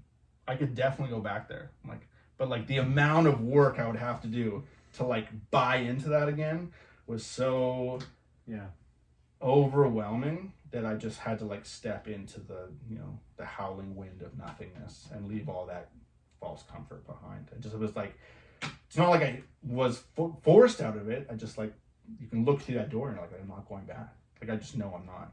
I don't know where I'm going anymore. Yeah. I knew where I was going in that world, like in that door. I'm like, I'm a tantric yogi and I'm studying Zen Buddhism, whatever. Like, I'm like doing a thing. Yeah. Working on myself, which is a really like a fundamental necessity in Christianity is to be working on yourself, but it's not enough. And this is like over and over again in scripture. This is a fun thing to riff on if you ever want to, around why you have to give your best effort and yet it's not good enough. And that tension between the necessity of doing your best and the insufficiency of doing your best as well. It's a very difficult. But yeah, I think just like I was doing that. I was on some level doing my best. At some point I had committed to doing my best, but then it was this encounter of like, but there's something more is necessary than my best. Something has to guide my best. Because it's like, no matter how hard I run, I'm not going to swim up to Japan or whatever. Like, it's like that, those kind of metaphors. You need someone with a plane. Yeah. You need a different order of transportation or thinking or moving. Like, I've been playing around with this thought. I think I sent it to you. Like Kierkegaard says, faith is experienced as this passion of desire to think something that's impossible to think. And like that we desire to have this thought, but like with the tension of like, well, it's impossible to like rationally get there. You can't think yourself. It's that like same thing. Thinking of a round square. I don't know. Maybe I've heard that. I'm not sure exactly what that means when people say that. Round square. Yeah. I mean, that's kind of what I think. I mean, yeah, I don't know about the round square thing, but when I that sounds kind of absurd, and I don't mean an absurd. You don't think an absurd thing. It's more like, I like the metaphor. Yeah, like you can't, no matter how fast you drive your car, you can't get to the moon. But it's that desire to get to the moon and be like and the metaphor obviously breaks down, but it's like faith is that thing to like fly above the capacity of your own thoughts, but you know you can't. And it's that kind of dependency and that sense of like openness to, well, God can. Like he actually can. He just scooped that car up and put it right on the moon. Like he just does it. Like he has that capacity. And like it maybe a more technical way you say that is like faith is this thing where like in your limited mind you have a desire to participate in an unlimited mind, an infinite mind. You are not. Your mind is very finite, but something in you drives you to want more than that. And I think that is like our drive for communion with God, is to participate in that infinite mind. And like faith is the virtue, because the faith is of all the the theological virtues, like they're totally gifts. They're not in us. We can practice courage to get rich, and we can practice courage to serve other people. Faith, hope, and love are completely gifts from God to get you from you to God. Like they you can't use them how you want. They're not in your nature. Like courage is a power that your soul can like participate in, whether you use it for good or for evil. Other like the human virtues are. Okay. So My testimony is always rambly, so this no, is great. no, I love this it. is good. This is good. It And always so- goes in different directions because it's just like my life's been a lot. Yeah. So does that bring us up to present day or and Holy Family? No, Okay. that I'm not even a Christian yet. In your testimony, yeah. Yeah. That's great. Like yeah, and it depends how much we want to get into it or not. What I would say It's is up to you. That's completely yeah. up I to would you. say like God was really good to me. He's really faithful to me, and in that little box of pornography, God really built a lot of truth around that box and gave me a lot of real good solid truth, what I would call God established a credibility of his character to me. Mm-hmm. He established the truth of himself to me, that he was good, that he loved me, that he was for me, that he was not out to get me, he was not out to punish me and hurt me, and that he like truly wanted whatever there is good to be had. That's what he was trying to get accomplished in my life. But then like what for me became faith was the moment, and I'm not going to share the details, but basically like through a very painful, intense spiritual experience, I just came to realize like, if I trust myself, I will go to hell. I know it. I saw it. I experienced it. The ugly visceralness of my like, yeah, I want to go there, based off of like me following my own thing. And just this moment of such horror at that and despair in myself. Like really I encountered like I just despaired in my own self and my own ability to get to the goodness. And I think that was the necessary first step to this second piece that was like, wherever you say, whenever you say it, even if it leads to that crucifixion, it's like I'm in. And that's where our faith has to happen, because no one would rationally follow someone who's like, want to go get crucified? Yeah. You're like, I'm a pretty good guy, right? Like, we're trustworthy. You want to go get crucified with me? Like, no amount of it cannot be achieved through rationality. No one would trust someone who said they were going there and taking you with them based off of reason. And that's why faith is necessary, because what the faith is you experience the absolute truth and credibility of God's witness of the resurrection and of eternal life and what he's actually on about, and that it allows you to accept the cross as like the necessary means to get there. And you can't accept that based off of reason. You can't. You have to just say, well, I trust you. And I think it would be foolish to trust, you could never trust a person like that. Like if I betrayed you, you would have, you can't trust me absolutely, because if I betray you tomorrow, you have to not trust me. But faith is a thing where you're like, well, I'll never do that with God. No matter what he asks of me, because he will ask everything. And like, you can't trust a human person like that. And that's why faith with the divine person, like with God, is different, because you have to get to that place where like, yeah, everything I know that's of worth and of value, I'll give that up for him. And that you can only participate in that knowledge through his firsthand knowledge of knowing the good, which is himself. He knows himself, and that's, not to get technical, but like that's what the Father, Son, and Holy Spirit is. There's the Father, and then the Son is the direct like image, and they know each other, and that creates a third person. Like this, they know each other fully in their essence, and you have to just take his word for it that that's worth everything. You can have evidence along the way, but like you can't base your faith in God based off of like what makes sense. Yeah, no, I agree with that. Yeah, that's been my experience. Totally doesn't make sense. We're off to a good start. But he does. Like there's something about when you have faith, there's something that does make sense around when you have met him. Yeah, it does. That's what makes sense. Is you're like, well, you meet him, and you're like, it's worth everything. Well, yeah. And that's the whole like the precious pearl, or buried in the fig, selling everything for the pearl, and or all the kind of treasure motifs in the New Testament is this sense of like only through a direct encounter with that fundamental worth, value, whatever kind of word you want to use to describe what is the goodness, the yum yum yum of God's beloved goodness. Like that's why you have to encounter that before you can choose it. People who are like, you have to, because you can't choose something that you've never encountered, but you can reject it once you have encountered it. I think a lot of people think that people don't believe because they haven't encountered God, and I know that's not true. They don't believe because they haven't encountered? Yeah, like people I think have this misguided belief that the reason people don't believe in God is because they haven't really experienced his goodness. But didn't you just say you have to have experienced it? Yeah, you do. To believe, but you can have experienced it and not believe. Oh, I see. Yeah, I don't know. I was confused. I think I'm confused on what you just said, but that's good. I think I get what you're saying now. It's another step in thinking. it deviates. Yeah, It deviates a bit from conversation. Well, I could see like a person, because my mind went to a person who had been raised in, you know, the Catholic Church, Mhm. Catholic faith, and you know, their parents were Catholic, and they were, you know, cradle Catholic, Mhm. and they never really doubted anything. You know what I Yeah. mean? They just accepted what they were told and gone through confirmation and all of this.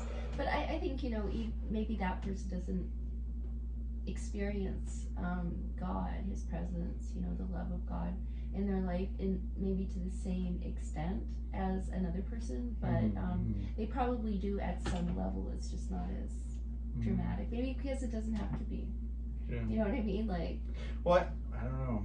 I don't think I agree with that. okay. I'd like to crack this open because I do think that Scripture is pretty clear that the reason people don't experience God is because they don't want to. I do think that that's a pretty loud and strong thrust that is throughout the prophets and into the New Testament. That like when people are like, well, I don't really experience God, or I don't really have that, like the fundamental reason why that is, in its most basic sense, that is important.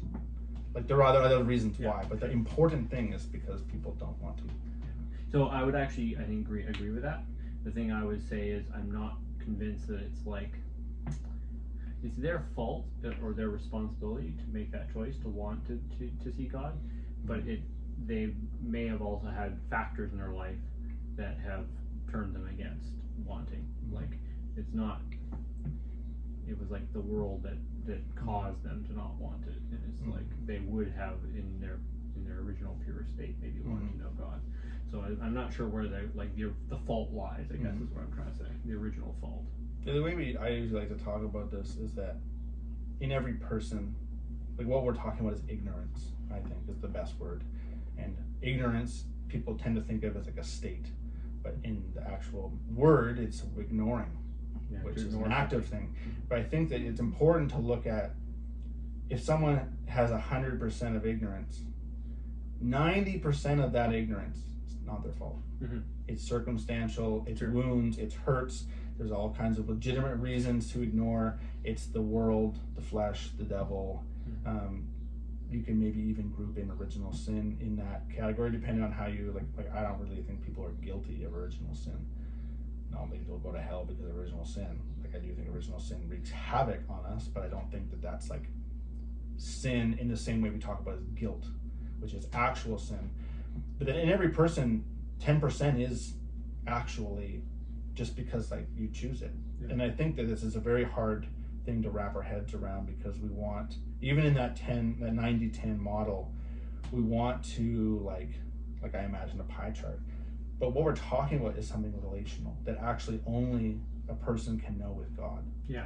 And only through the experience of desiring to know what you don't know because you didn't want to know, which is like calling out Abba Father, it's calling out to God, it's like desiring, it's searching your heart, it's breaking up your fallow ground. There's all kinds of Christian language around like what is the process of which a person tries to like get at that truth that they don't know because they don't want to know.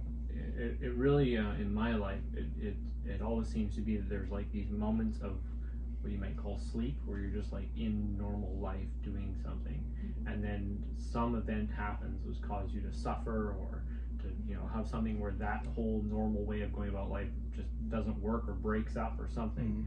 And then there's like an inflection point where you can make a choice, an actual choice to like go back into the world again in the similar manner and repeat the loop again, or move towards God in some sense, like try something different, something actually new. And I think in my experience, it's like often I've gone around the loop multiple times before I'm like, okay, I've actually had enough of this. I'm gonna try your way, God. I think the sleep or awake metaphor is perfect. I think it's very scriptural. I think it's exactly right. Yeah. Aristotle says that, you know, when you throw a stone, you have control of it while it's in your hand. But once it's out of your hand, you don't have control of it. But you threw it. Yeah. And I think that is actually that is the dynamic of why we need salvation.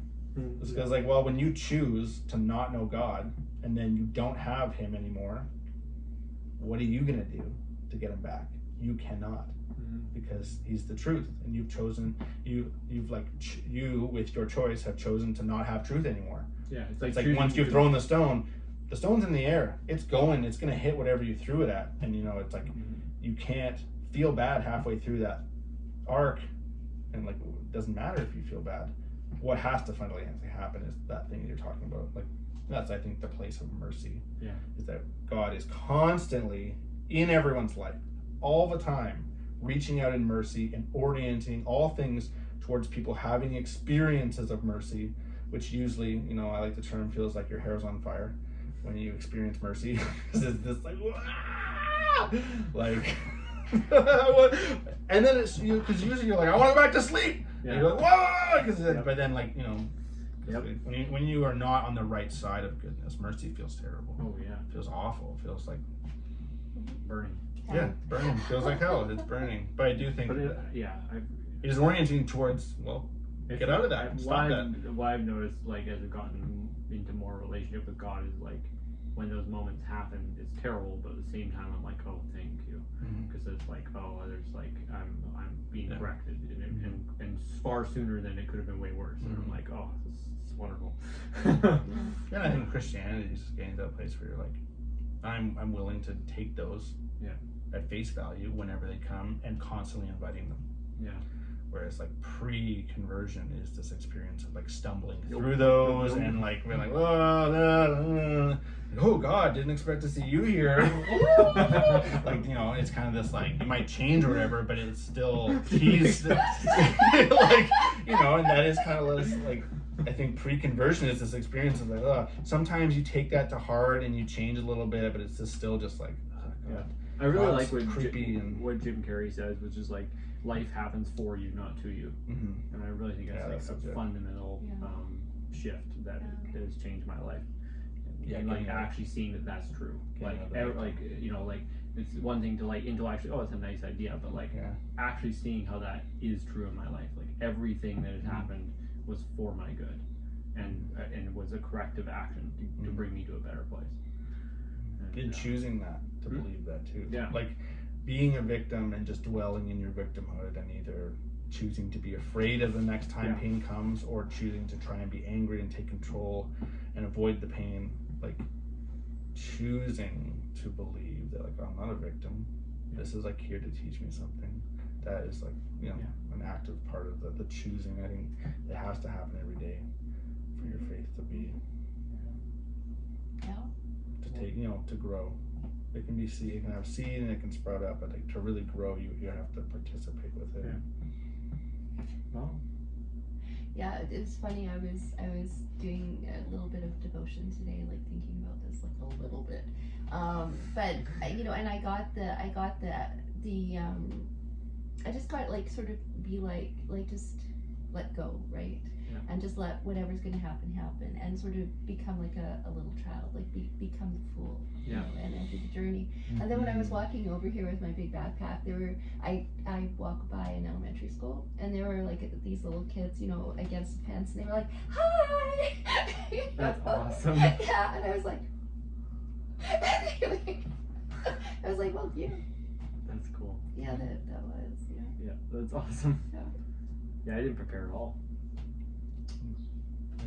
Maybe I should have. Just kidding. Oh, you're right.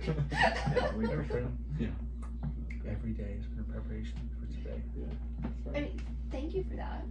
I mean, that's awesome. Really wonderful. And I got a lot from that. And I guess one thing, and I hope you don't mind if I do this, but one thing that I had in the back of my mind was, you know, talking about the importance of, like, this was part of what you were doing, that talking about the importance of spiritual experiences, like talking about the importance of that connection with God.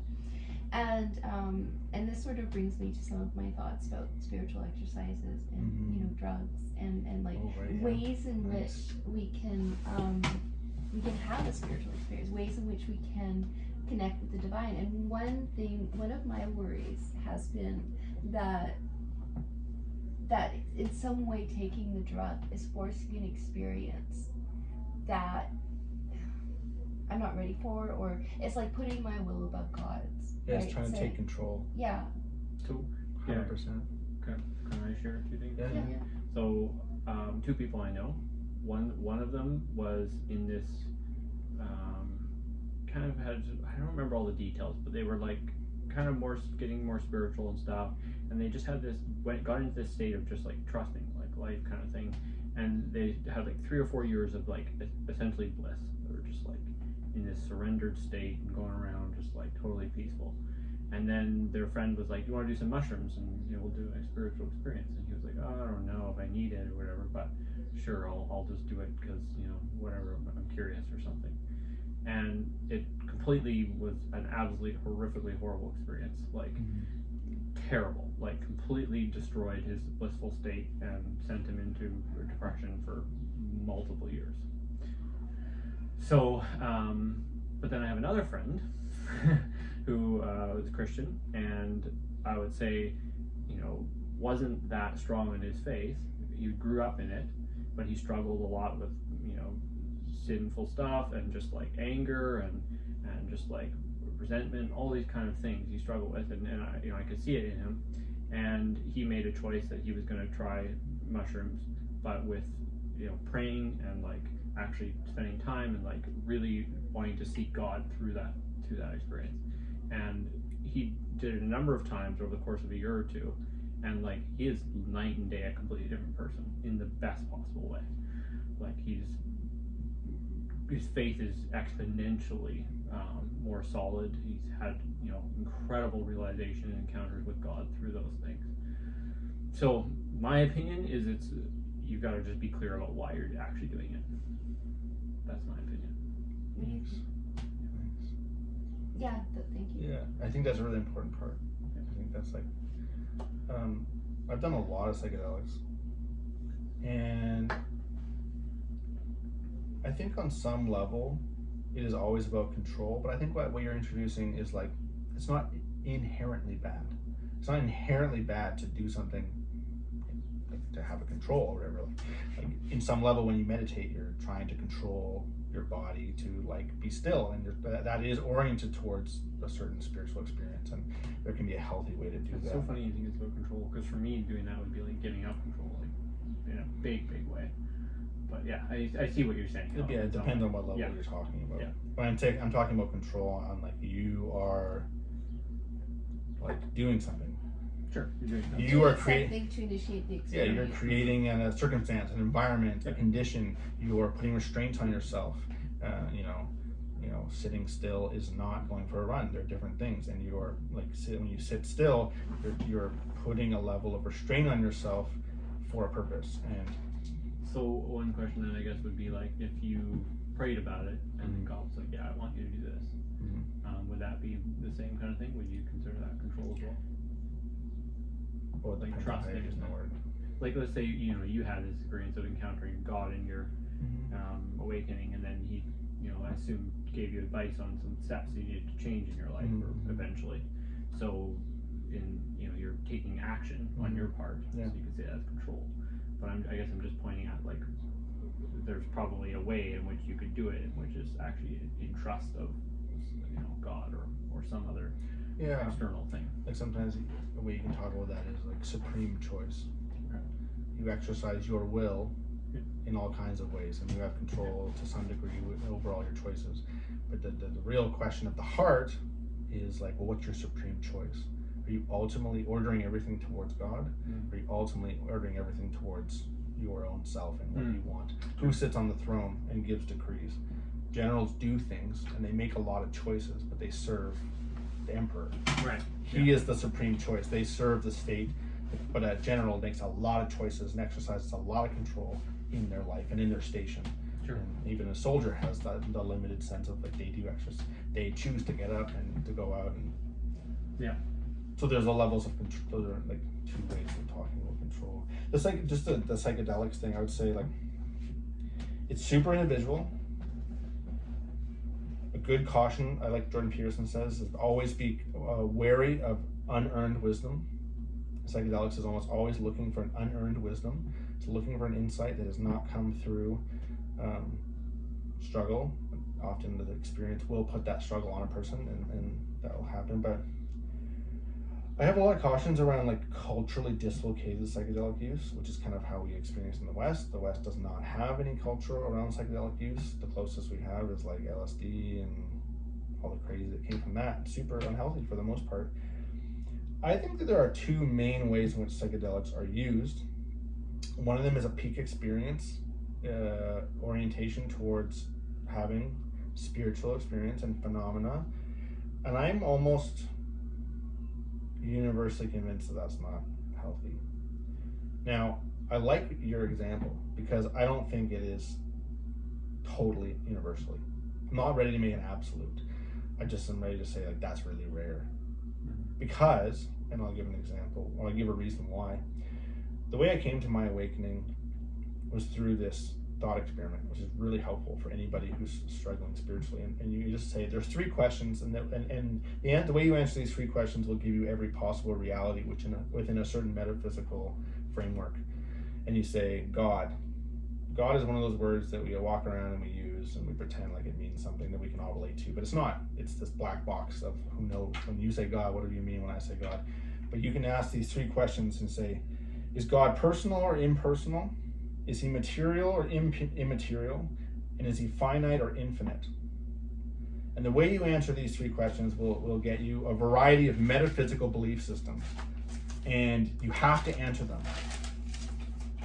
It's unavoidable. Everyone is living in a metaphysic that answers those three questions. Whether they were, the simple one is an impersonal, immaterial, finite God is money. And you can serve mammon. And you can serve money as your ultimate thing that orients all your choices in life is mammon. Now you look at like Buddhism, the whole mind, self, no self thing. What you end up with there often in practice is an finite or infinite, depending on how you look at it, immaterial, so spiritual, impersonal reality, and that God is a force. And the problem with peak experiences and psychedelics is that they are almost always within the framework that a person believes God is ultimately an energy or a force, and is this kind of like nebulous web of interconnected blah that you need to plug into to have some brain blasting experience to get you on this next level. And like what it orients around like this kind of Gnostic sense of things, where it's like spirituality's up there and we're stuck here in materiality, and life is about constantly pushing up and trying to get to spirituality and to the spirit. But it's not the spirit as in a person, it's the spirit as in this immaterial spiritual reality. And that is kind of what Gnosticism is that like material is bad and spiritual is good. And most religions orient this way.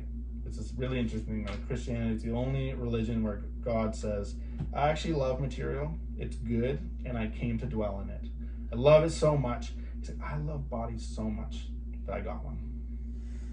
Christianity is the only religion, because every other religion is just like, oh, we're all stuck in our bodies, we got to get up into the spiritual. Yeah. And most peak experience psychedelic religions, tribal animist senses of things, and like postmodern or new age, no matter what, they almost are always in that framework, because what you're doing is trying to manipulate the material reality to elevate yourself. As soon as you believe God's a person, that's totally futile. Like the only thing that is going to get you to God is God. And so the fundamental vulnerability or humility there is like, well, God, I really want to experience you more, and it's in your hands. I can't do anything to get there. Now, I'm not saying, take all that, I'm not saying God can't use psychedelics. Yep. Like this person, God's like, you know what, I can work with this. Yeah, no, like it was literally like, it was just a night and day experience. Yeah, like, totally. Difference. Like it was fundamental, in my opinion, to his growth. Yeah, and so to answer this question, so fundamental, I would just have to caveat that. So let me caveat and say like, the thing that is different between psychedelics and spiritual experiences is that psychedelics augment your perception, and spiritual experiences give you a clearer vision of reality. Sometimes those things happen at the same time. But the thing that is the psychedelics is the physiological augmentation of your perception. Right. A spiritual experience, for many different reasons, might coincide with that. It might not. Yeah. Like, you literally can have this experience of psychedelics and you'll get to heaven and be like, nothing happened. You didn't experience anything spiritual. You just had a perceptual breakdown.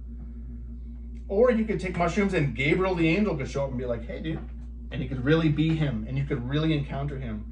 The psychedelics didn't do that. This has to do with the breaking up of that sleep pattern. Like, it's much more likely that it takes you out of that normal state of kind of 100% sleep. This is the blessed be the poor thing, because for most people when they take psychedelics, what they fundamentally experience is they're not in control, and they realize it. Yeah. And that is scary. And you either have a positive orientation of that, and then you experience something like proto-faith or pre-faith, where you're like, whoa, like maybe there's something to trust. And I'm not saying you are trusting, I'm saying like you experience the possibility that faith could be like real or good. Because you're like, wow, maybe there is a goodness beyond me that's worth completely trusting.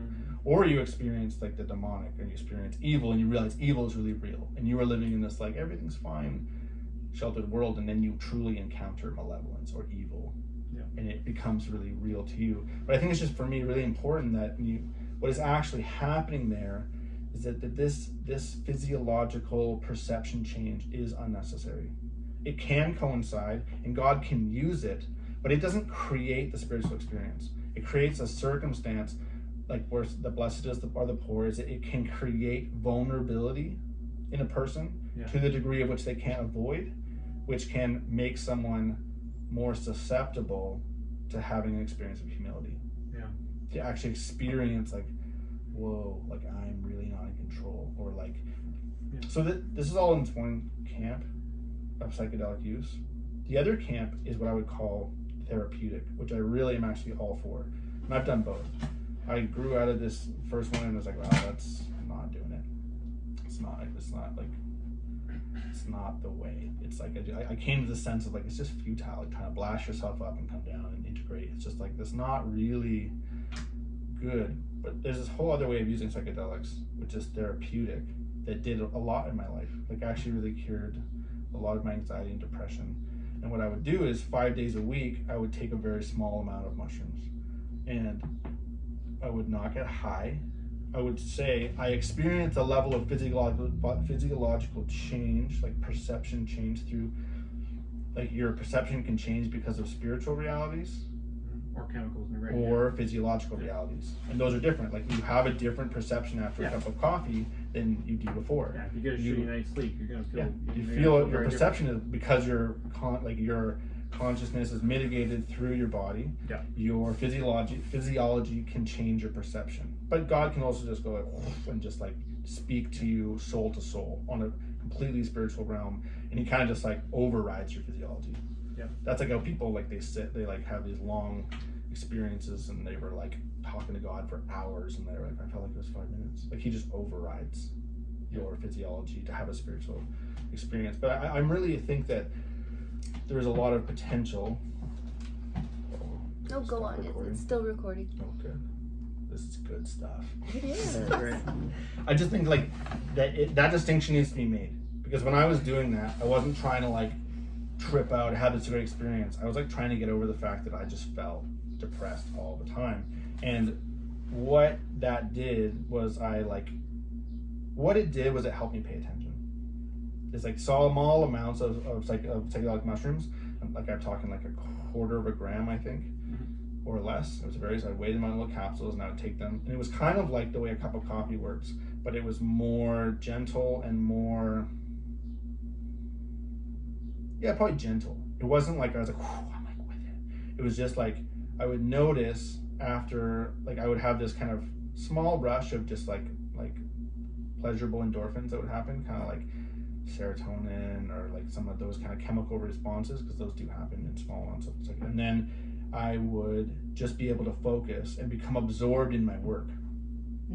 And what happened was, I was really hurt as a young person and really messed up and damaged. And like what is true about the human person is that you should be able to become absorbed in your work and experience high levels of contentment and bliss, just picking carrots out of the ground or whatever, because you're focused and you're doing something good and you know it and you have a sense of, and that was wrecked in my life, like where I just could not maintain long periods of time without having like huge fears or huge temptations towards despair, just kind of like like my desires would just throw me around. And that's, I think, part of what anxiety and depression are, is this like disorder around like your desires and your fears, and your like sense of yourself just gets thrown around all the time. And then it just kind of creates this awful cycle where you're like, oh, I'm really worried that I'm gonna get afraid, and then you're living in this anticipation of your fear, and that becomes its own level of anxiety. And then you're like, oh, I'm just so tired of this. Like that's like depression. I'm so tired of dealing with these negative emotions. I'm tired of being angry. I don't want to deal with it anymore. And you just start to like for me, internalize these, like, I don't want to do this anymore. Like that's my depression mantra. I don't want to deal with this anymore. So you say it so many times. I said it so many times to myself as a teenager. My parents' divorce and just like the chaos of my life. Like I don't want to deal with this anymore. So many times that you don't even say it. It's just the way I experience reality. Is I don't want to do this anymore. Sets into the I don't want to deal with this anymore. And psychedelics helped me to break that. And to get into a place of like where like it helped me get into a flow state, you know, alpha brainwaves, and like it helped me just be in a flow state and be like, I'm enjoying what I'm doing. This is a nice day.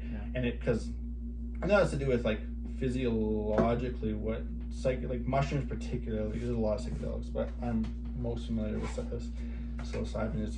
It decreases brain activity and increases brain interconnectivity.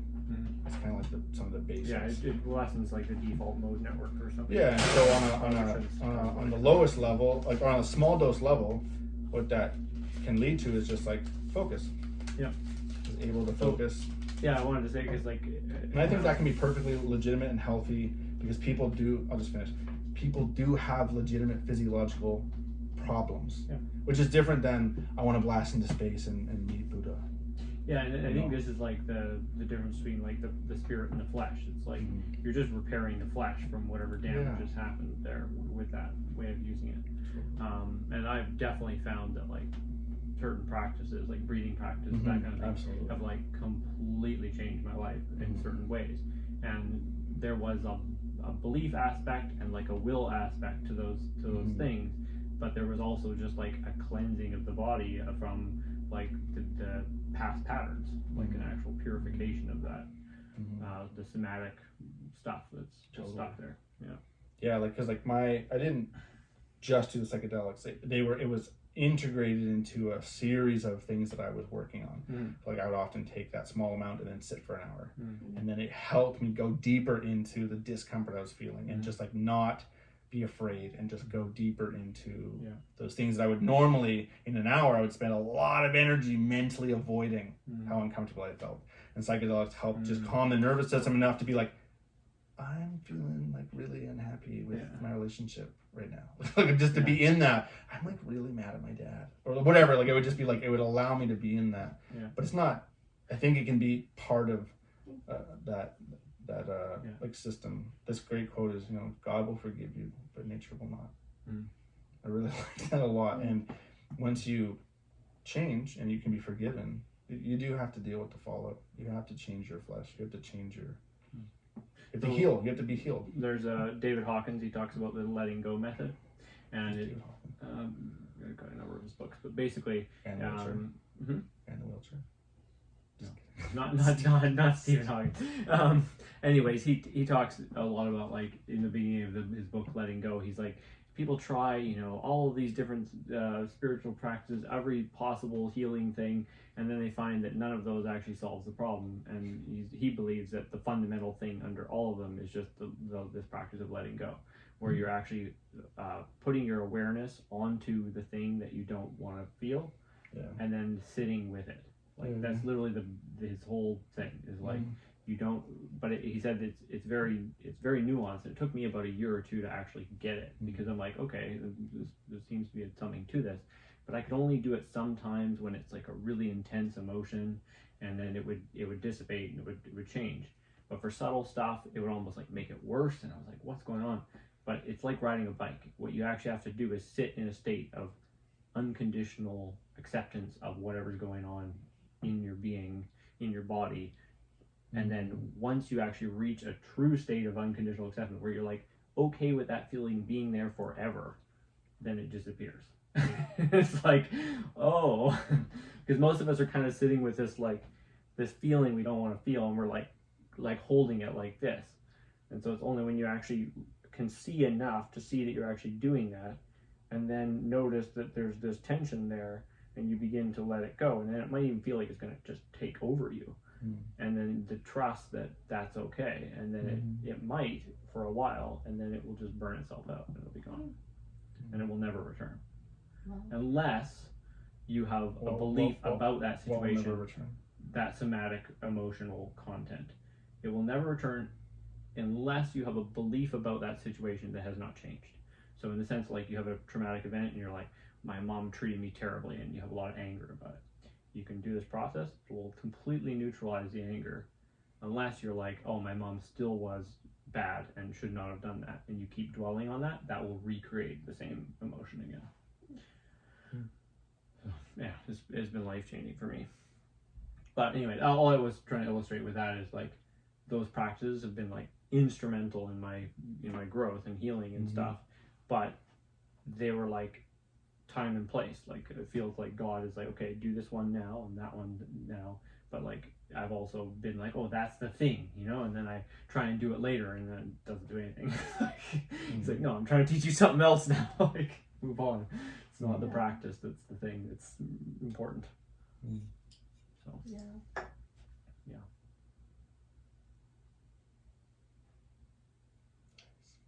So does that answer it? Yeah.